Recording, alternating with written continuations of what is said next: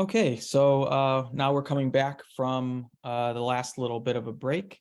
We went over a bunch of questions, true, falses, a smidge of coding, a smidge of formulation, nothing too complex, but again, just enough to sort of see how things can progress, see how models can be expanded and made more realistic.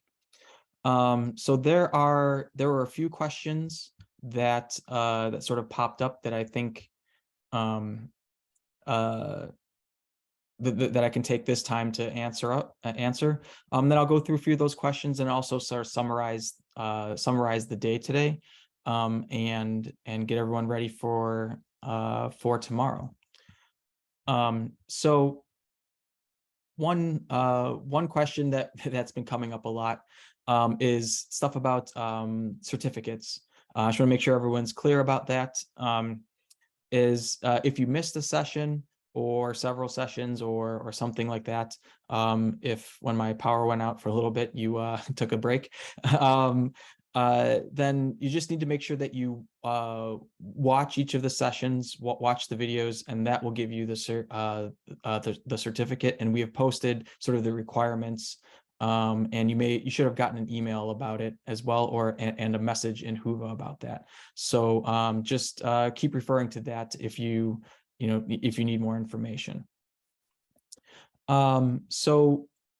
I'll hit on a couple questions, and then if you have further questions, other things that you are unclear about, or just maybe other general topics you'd like to discuss during this time, put those in the Q&A, and then I'll read those off, and we can open that dialogue. So one of the questions that came up is one unanswered question: how does range 4 point to T? So this is going back to this question here. We didn't in this question here, we didn't actually make a connection to T and range 4 per se, but we definitely could have. Could have this, something like this, where T is equal to range 4, and then replace this with T. That would work. And then also, like I had before, T is equal to 0, 1, 2, 3. That would work. And given what we do in the next question 11B, where we start using subscripts and stuff like that, then that makes this easy to work with when you want to reference previous time periods and how they can impact next time periods. Okay. The next question is, can we do this using a plus sign? I guess is that in reference to how you can essentially add to an already existing object by just like using like a plus equals type of thing? I don't believe that is something that Gurobi Pi does in terms of like adding constraints, adding to constraints, or anything like that. You would need to sort of define that separately. So it's objects that don't really support that functionality. Yeah, if you did want to do something like that, you can actually create the expression before you create the constraint. And that's something that you can do with kind of the plus equals one term at a time. And then you have your constraint, maybe your left-hand side, or your expression, maybe your left-hand side, and then you use that to define your constraint. Yeah, that's exceptionally said. So one thing about working in Gurobi Pi that I didn't really talk about too much, I referenced it maybe in one of the videos, is that we are building what we call a lot of linear expressions. So these are constants, time decision variables added up type of thing, and that's what's happening inside a lot of inside all of these constraint things, inside all these constraint commands, we're building what we call linear expressions. So you can actually do that, as Allison just mentioned, you can actually do that separately. You can do that outside of the constraints, and then say, and store that sort of as like another object, as a linear expression object, and then use that as what you actually feed to the constraint command. I didn't go that way because it makes things a little bit confusing. I think it's a lot of this looking at essentially this constraint here and how that matches up with this here is, it's very clear to sort of see the connection. But definitely look more into our documentation about that. And it's definitely helpful for those situations. And if you have an expression that that represents sort of like the fixed cost of business, and then you have another expression that is the variable cost of things. So, we have our transportation cost per unit, but we don't have something like a fixed cost for running a facility during a day or during a time period.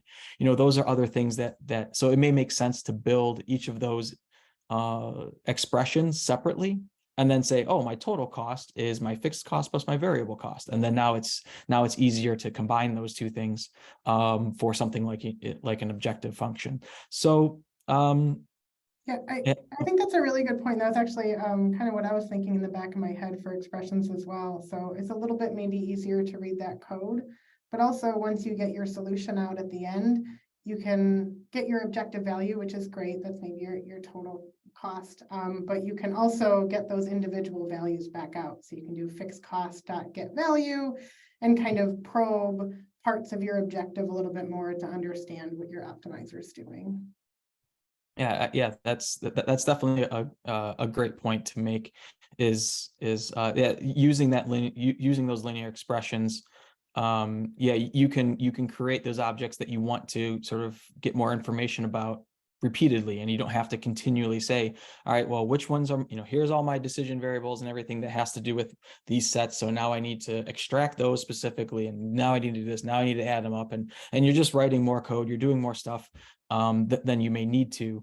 And so that's definitely a way to to save yourself a little bit of coding sanity by doing that. Another question is about using quick sum in 10B. So so that would be, so using so in this part here, there's actually nothing to sum over in this part. So we're just saying each individual decision variable needs to be greater than or equal to some minimum. In this case, it's 20. So that's essentially what we're saying for this. So there's no reason to use any summation at this point. Let's see, more Q&As.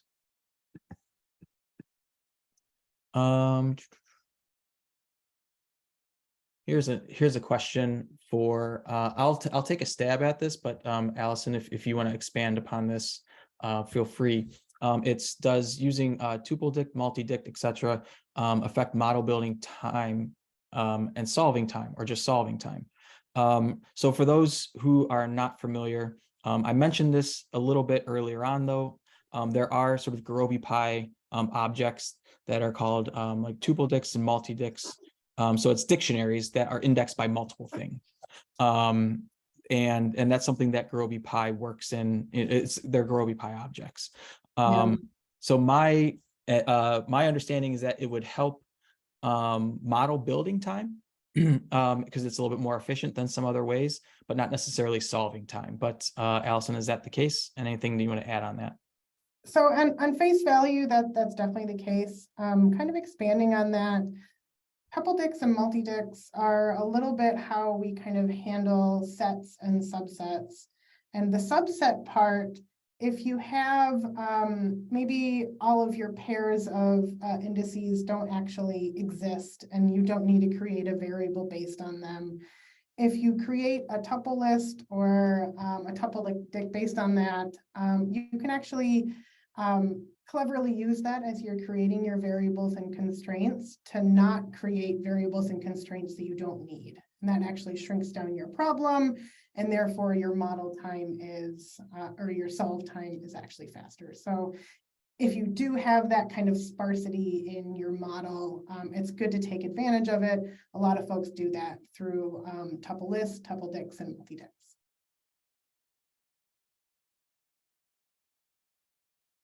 Oh, I was muted. All right. Awesome. Yeah, that's thanks, Allison. That's a great explanation. Let's see. Another question is, when adding constraints, what's the purpose of storing them? Aren't they included in the model? So one of the advantages of storing them, I'll see if I have, so something like this, is that you can reference them individually. And actually, was there a place that I did that? I thought so. But yeah, you can then essentially, yeah, reference things individually. Well, when I did the Slack variable, the Slack part of it, where we looped through each of the constraints and said, oh, give me the slack, which is the difference between the left-hand side and the right-hand side of a constraint, or the difference between all the variables on one side and a constant value on the other. So being able to storing the constraints like that, like how we have here, allows you to access those attributes of the constraint in order to find out more information. So it's definitely something that I think is a great idea to do. But yeah, you don't have to. And actually, what we have right here, this constraint, adding this constraint, it worked. We got a little green check mark here. Everything's good. But I didn't store it as anything. So then, if you wanted to access that, you would need to work. You need to do other steps to get to it, because the constraint exists in the model, but it's not something you can immediately go to. So it's I think it's like a best practice to do that, but it's not something that you necessarily have to do. Let's see. Is there a benefit of using the Gurobi Pi package instead of CVX Pi package with the Gurobi solver? So essentially, using Gurobi's Python API, just it allows you to use all of the other tools and features that our dev team has put together, and it makes things like model tuning and understanding those parameters, setting those parameters within models that can be really important to really help reduce solve times for larger problems. All that stuff is easier when you use our API. If you use another package and then you reference the Gurobi solver from there, you lose that capability. Because we have other things like an infeasibility, understanding where the infeasibilities lie within your model. So if you got something, if you ran this, I heard some people saying that, oh, I ended up with an infeasible model. That definitely could be the case. So if you wanted to do an analysis on that and say, hey, what are the possible sets of constraints that are giving me an infeasible model? And I'll come back to what infeasibility means in a second. Those types of tools, we have a functionality that helps you understand what the possible sets of constraints are that led to an infeasible model. And you can use those tools directly when using Gurobi Pi, but otherwise you can't. So I highly recommend, if you do have access, if you are a Gurobi user, or if you're in the academic sense, if you're using it as an academic and you have a free license, it is definitely worth taking the time to understand Gurobi Pi, just based off of all the other things that you can do, all the other things that you can do with it. So one key aspect of optimism, or I guess two key aspects of optimization modeling that I didn't really go over, because I mean it happens, but you know, we're even though we're in 2 half days, we're still working on a little bit of a condensed time. Is models can be, you know, instead of just, you know, optimal stuff, instead of models coming out with optimal solutions, there are other things that can happen. You can have an infeasible model. And if you sort of think back to what Hassan was talking about, and he had a nice visual representation of a linear program where he had 5 constraints and a nice feasible region. All of those constraints are built by inequality. So you plot a line and then say, okay, well, I need to be on either side of that line. And if you put all those regions together, that essentially gives you your feasible region. So I don't know what typical age you learn how to graph inequalities, but it's something that pretty much all of us have done in grade school or middle school or high school. Again, I can't remember, but at some point we've done it. So you can go through a problem and actually graph those things out. But it's possible that you actually have no overlap with your constraints. You have no feasible region. And one example of something like that would be if my demand that I need to satisfy, and I'm saying I strictly need to meet the demand, if that demand is greater than my supply, then I can't, you know, my supply can't meet my demand there. That could be infeasible. Now there are ways to get around that by, you know, allowing for stuff like that, and maybe there's a penalty for unmet demand and stuff like that. But you can have what we call an infeasible model, where actually there are no points that for your decision variables that actually satisfy all of your constraints, and that's possible. Another possibility is an unbounded mathematical optimization, an unbounded LP or MIP. And that is something like, you know, if you have a very simple MIP of like, I want to maximize X, I'm going to type here, maximize X, and, you know, whoops, I don't want to, and subject to X must be positive. Here's a very simple linear program. Maximize a decision variable where that decision variable is at least positive.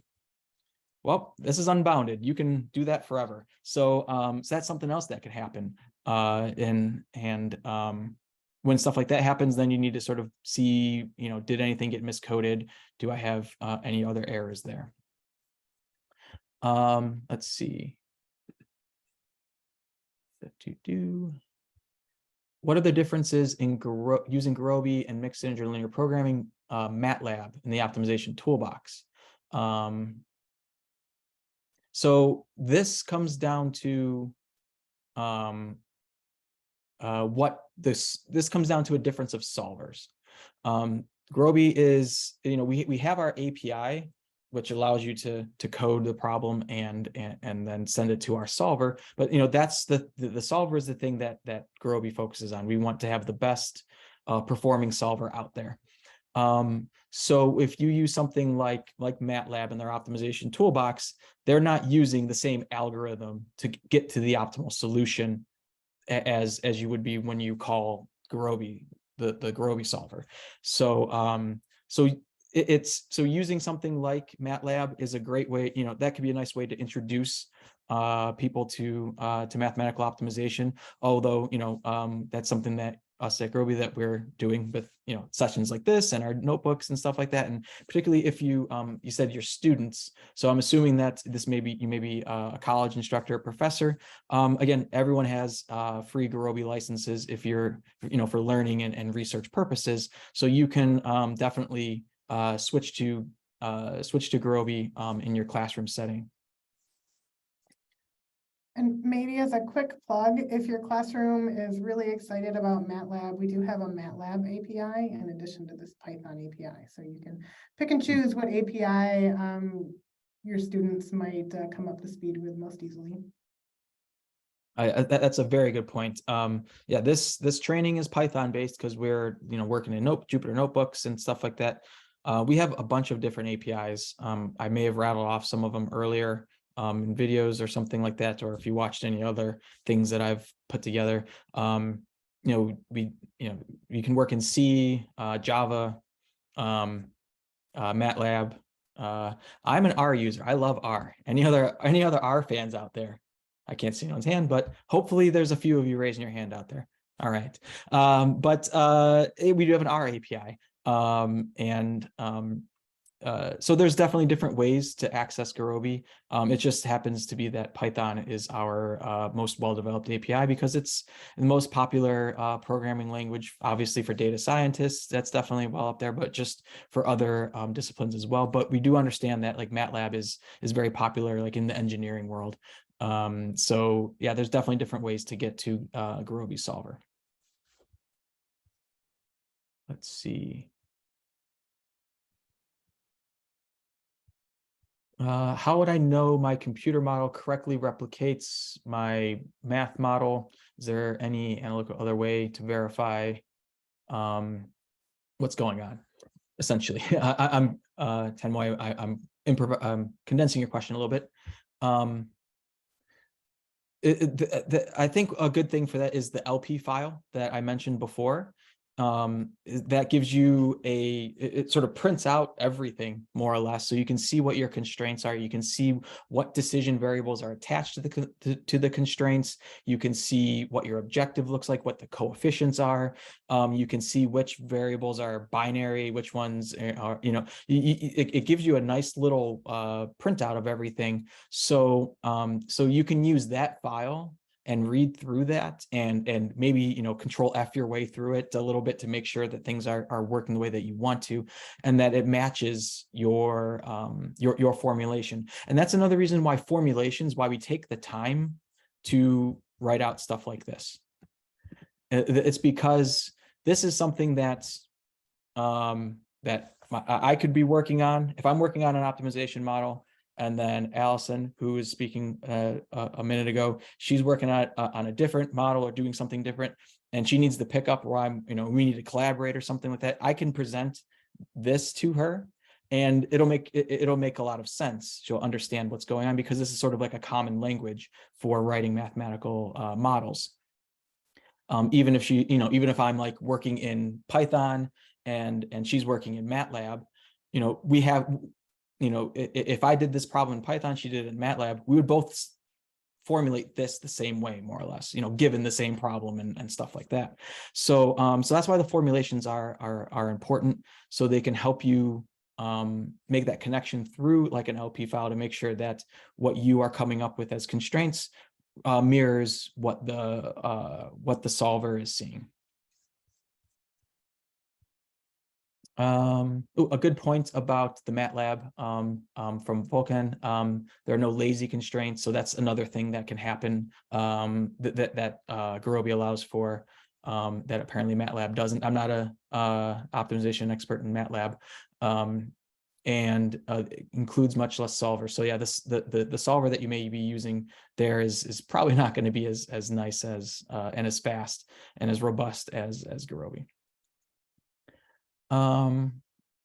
Let's see other questions. A lot of really great questions. I really appreciate it. This is fantastic. Solving a problem a single time versus solving the same problem with slightly different data many times, say n, does that scale linearly? Can we do better with Gurobi?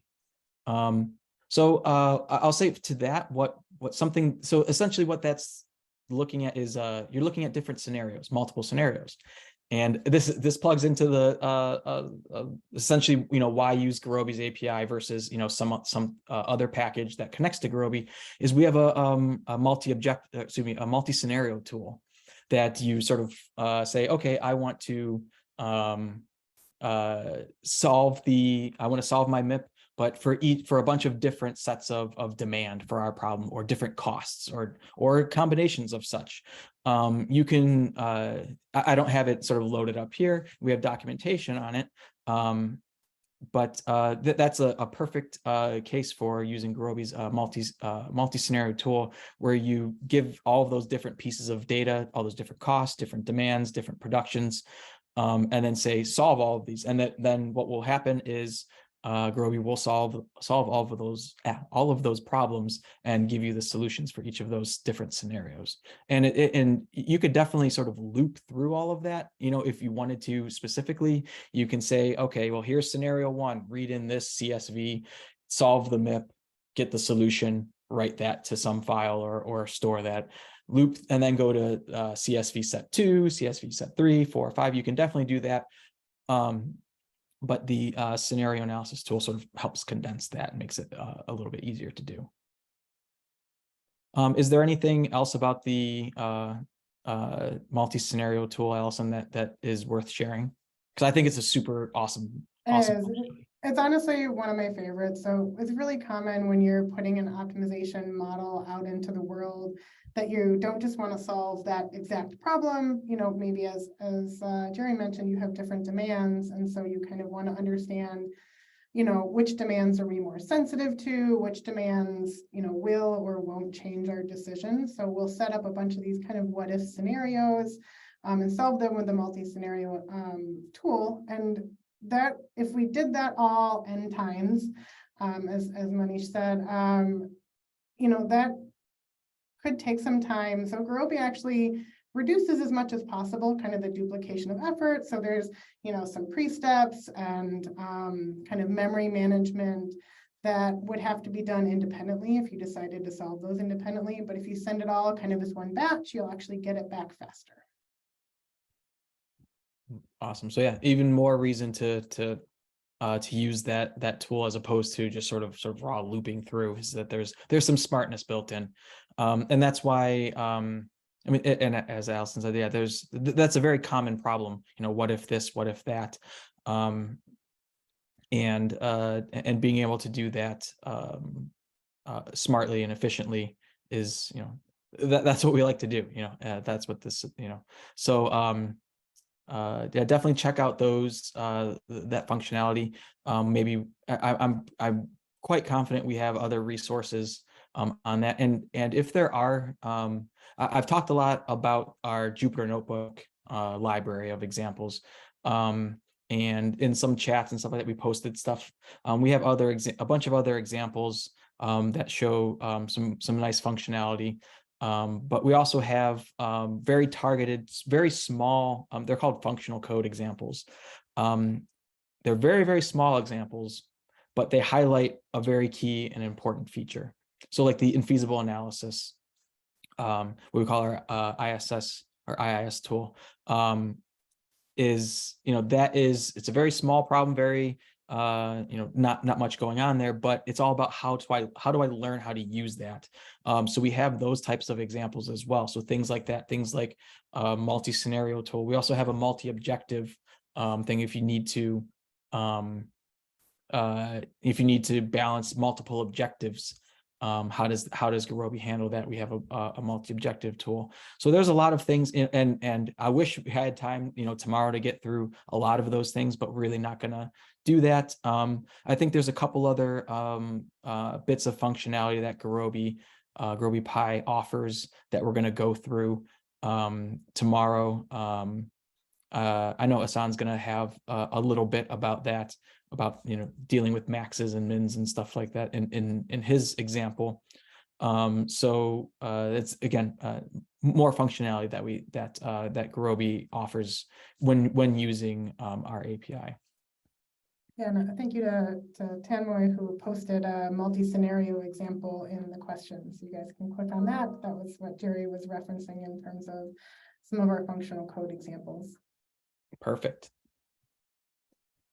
This is a question for you, Allison. Is there any limit on the number of decision variables that Gurobi can handle? There's no actual limit. However, there are kind of the practical limits of how much time you might be willing to put into a model solve. But that said, I mean, even with some, mixed integer problems, Gurobi can solve with hundreds of thousands and millions of variables.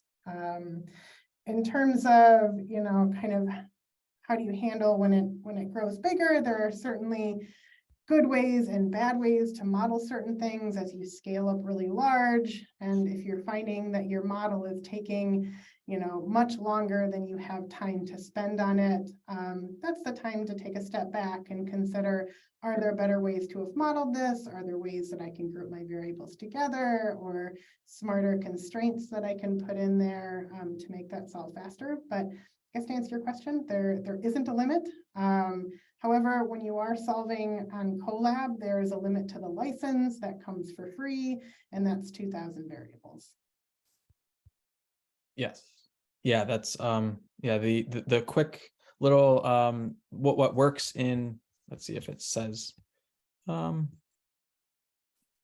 yeah, I got rid of the text that pops out when you install it in when you do pip install Gurobi Pi. You'll see a little bit of, and I'm not sure if it specifically says, but yeah, you're limited by a pretty small problem. So if you have the ability to access an academic license, I highly recommend it. It's easy to download, easy to implement, and then you can really sort of start testing those limits. But it's nice to know that there is no specific limit. That's cool. I like that. Let's see. Oh, does the model with the constraint for more than 20 shipped widgets, this is going back to the example, actually converge? So is there a solution? It may be infeasible. I didn't, it was just meant as a quick little exercise. So I don't really I don't know if I've actually tested it out, but I wouldn't think that it should be infeasible, because maybe I could see how it could possibly happen. I wouldn't think so. I don't think it should be infeasible. But hey, test it out, see what happens. More little bits of homework, something to look into for tomorrow, is to maybe add that. Do I have? Oh, this is yeah. And also there's that little bit of extra questions that I was talking about, the difference between the two models from earlier. So mess around with those as well and see if you can see what was weird about that second solution. Is there a pre-solve phase? Yes. Let's see here. Oops. I lost my outline. Walter is finding that pre-solve is a huge part of the beauty behind Gurobi. And when pre-solve's working, it's trying to find constraints that might be redundant, or variables that might be redundant, or clever ways to kind of restructure and shrink down that problem. And sometimes it's I'm gonna go with almost embarrassing as a modeler when you write your model and then Gurobi's pre-solve routine says, oh, you didn't need 1,000 variables, you only needed 500. But Gurobi does some really clever things to shrink down the problem, and that actually makes it a lot easier to solve. Yes. So yeah, we see right here in the log, when you run it's pre-solve, removed 5 rows, 0 columns. So we see that, yeah, there are definitely are pre-solve routines that are happening. And yes, to Allison's point, yeah, it does seem like, oh man, well, but at the same time, that's what so modeling's all about. You do want to build like the most thorough and robust and accurate representation of your problem. And if it just so happens that those things happen to be redundant and you don't need, all of the columns, you don't need all the rows or something like that, that's fine. And that's why using a solver like Gurobi is very helpful, because like you can then if you're working on like a project and you have like a client and you're like, okay, I've modeled everything. Here are all the constraints. Here's everything. You can work, you can say, and I fed that exactly to my solver, and this is what happened. So it's good to have that, to be thorough like that, and let the solver be smart and remove those things that aren't necessary, and go from there. If you are running into super long time solve times, then being very efficient becomes a little bit more of a key thing, and making sure that your formulation is sort of as compact and as as minimal as possible. You're getting what you need to, but not having extra variables and constraints that are unnecessary. Jerry, just wanted to give a quick time reminder that this session is coming to an end, but we have time for questions to follow, and we'll be using the same Zoom link. So perhaps if you want to give a quick rundown for those who aren't attending the last session of tomorrow, Oh, yes. and wrap up before we dive into just a little bit more time with Jerry and the Gurobi team, if you'd like to ask more questions. Awesome. Yeah. Thanks, Lindsay. Yeah. So so wrapping up for what we're going to do tomorrow is going to just jump right back into the collab world. We're going to look at an example of an energy example that combines forecasting solar availability. So I have a solar panel. How much energy am I going to be able to produce from that panel? And how can I use batteries in order to store that to help meet energy demands at a minimal, with buying a minimal amount of energy from the grid. So so it's like, how can I have a sustainable building or something like that? Like how can I minimize what I consume from the grid? So that's the example that we're going to look at tomorrow. To start, we're going to go through that sort of in detail. And it's going to have a little bit of the T-1 stuff, sort of that we were talking about here. That's why I introduced that. And then there's going to be a few more examples, exercises to look into, because that example builds on the use of how we can use binary variables. So like a logical aspect of it. How does the logic of that work? And then after that, we're going to get into the grand finale awesome problem that Hassan has put together, where we're going to be optimizing rebalancing of bikes at bike share stations. And he's going to talk about actually, I don't know, Hassan, if you're still there, if you want to just jump right in, you're more welcome to, or I'll just keep going. No, it's okay. Yeah, go ahead. Yeah, as you mentioned, tomorrow we are going to, have that example, going over some other functionalities in Gurobi. Will be like, this session. We are trying to make sure that everyone, we're going to work together in solving the problem. But essentially, whatever it is that we have a portion of machine learning that first needs to be solved, and then that one feeds into the mathematical optimization. Of course, we will just focus on the optimization piece, but yeah, we can have some fun. Awesome. Yeah, it's a great example. And even if you're someone who's sort of just coming into optimization modeling, we'll be able to present things so you're able to follow along and understand. But even if you're someone who has a little bit more experience, it should still be challenging. So definitely, yeah, looking forward to that. So I think that's it for this session. I believe we're staying in the same Zoom link. So if you need to hop We are off, indeed. Yes. awesome.